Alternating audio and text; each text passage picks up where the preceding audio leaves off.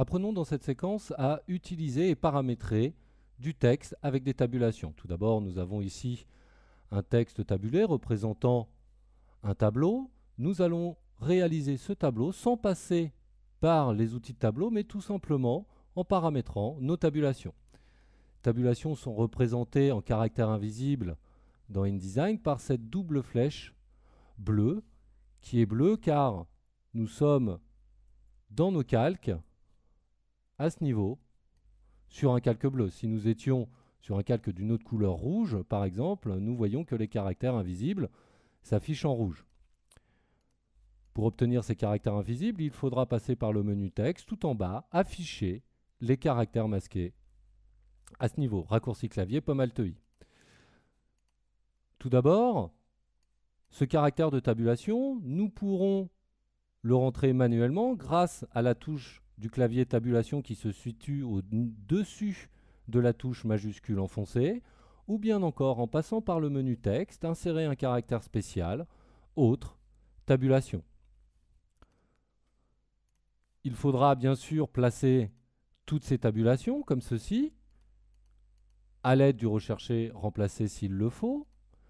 Et il faudra noter aussi qu'il faudra impérativement être sur un texte aligné à gauche et non pas centré, aligné à droite ou justifié, car sinon vous aurez des problèmes pour gérer vos tabulations. Donc pensez bien à être sur un texte ferré à gauche.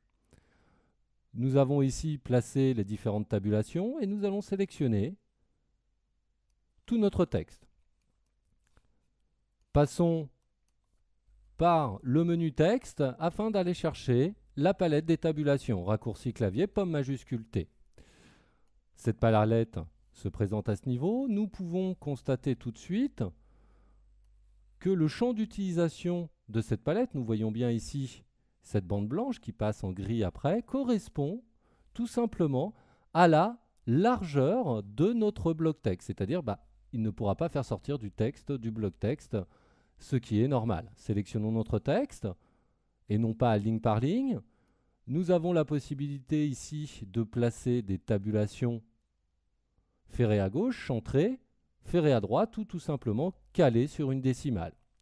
Prenons par exemple centré, nous allons placer une première tabulation à ce niveau, une deuxième et ainsi de suite afin de commencer à caler notre texte. Nous voyons qu'en accès simple clic, nous créons des positions de tabulation. En cliquer glisser, nous pouvons bien sûr en enlever comme ceci ou les replacer. Dans cet exemple, il nous manquera une tabulation devant chaque début de ligne, c'est-à-dire devant salle, comme ceci, et nos différents chiffres. Je vais placer ici les différentes tabulations qui me manquaient. Nous voyons que le texte bouge automatiquement, car ici, comme maintenant cette tabulation devient le premier réglage, il nous a bien décalé tout notre texte. Il nous suffira juste de rajouter une première tabulation avant les autres pour caler ces différents textes. Nous voyons qu'ici, grâce aux tabulations, nous avons très rapidement géré ce texte sous forme de tableau. Nous pourrons rajouter derrière ça des styles de paragraphes afin de souligner les différentes lignes du tableau.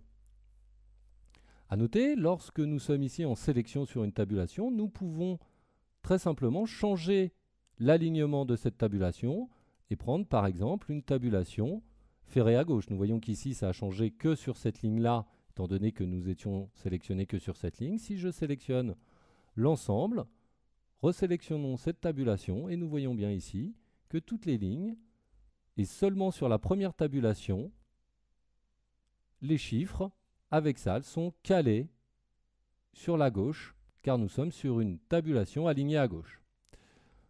Nous allons voir ici les points de conduite. Par exemple, nous avons la possibilité, sur cet exemple, nous avons adresse email, une tabulation, afin que les personnes puissent noter leur adresse mail. Sélectionnons cette tabulation. Nous allons pouvoir la placer par exemple à ce niveau, comme ceci. Et dans les points de conduite, lorsque nous sommes sélectionnés sur une des tabulations, nous pouvons rentrer un caractère tel que le point, par exemple. Validons en tapant sur la touche Entrée, Et nous voyons ici automatiquement qu'InDesign nous a bien placé ce que l'on appelle un point de conduite. Et ici, donc, plusieurs points les uns derrière les autres.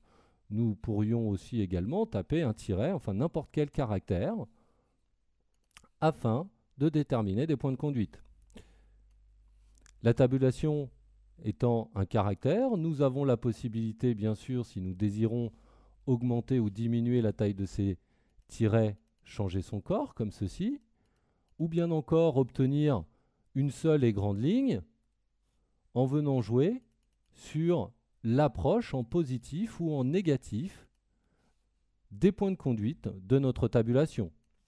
Nous pouvons aussi décaler ce caractère de sa ligne de gap base, ce qui nous permettra d'obtenir des points de conduite sous forme de ligne. Nous venons de voir ensemble comment gérer les tabulations à l'intérieur d'InDesign.